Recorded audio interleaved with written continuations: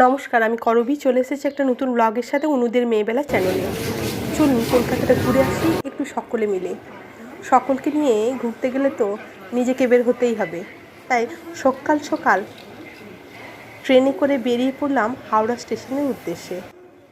যাওয়ার সময় দেখুন হাওড়া স্টেশনটা ভীষণই ব্যস্ত, আর তারই মধ্যে দিয়ে ফাঁক ফোকর পেরিয়ে আমরা অগ্রসর হলাম হাওড়া স্টেশন থেকে বের হয়ে পাতাল রেলের উদ্দেশ্যে।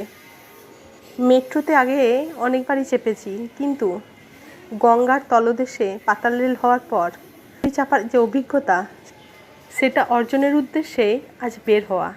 হ্যাঁ, ঠিকই ধরেছেন, কিন্তু সকলে মিলে আজ গঙ্গার নিচে দিয়ে যে রেলপথ চলে গেছে, অর্থাৎ মেট্রো রেল, সেই রেলপথে আমরা ঘুরে আসি একটু কলকাতাটা।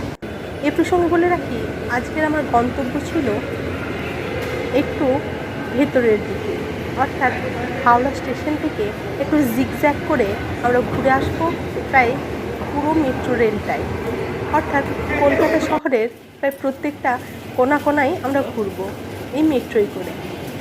হাওড়া স্টেশন থেকে বের হয়ে আমরা মেট্রো ধরার উদ্দেশ্যে নিচের গন্তব্যের দিকে রওনা দিলাম। প্রথমেই নেমেই আমরা চলমান সিঁড়ি বেয়ে এগিয়ে চললাম মেট্রো ধরার জন্য। যেহেতু আগের থেকে আমরা অনলাইনে টিকিট কেটেছিলাম, তাই সেই মতো প্রসিডিওর মেনেই আমাদেরকে ভেতরে এন্ট্রি নিতে হলো।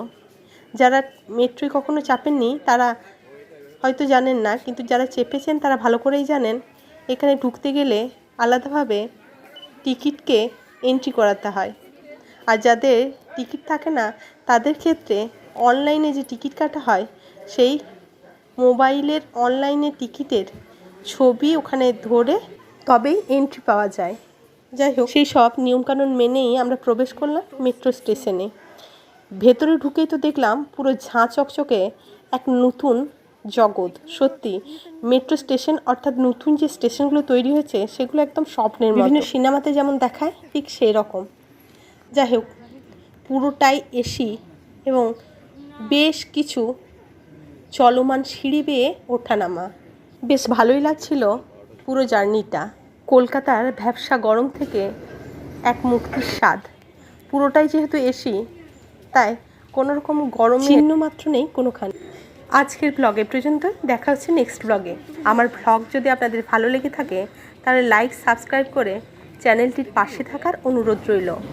আর আমার সাথে যদি কলকাতা শহরটা ঘুরে দেখার ইচ্ছে থাকে তাহলে অবশ্যই চোখ রাখতে হবে নেক্সট ব্লগ।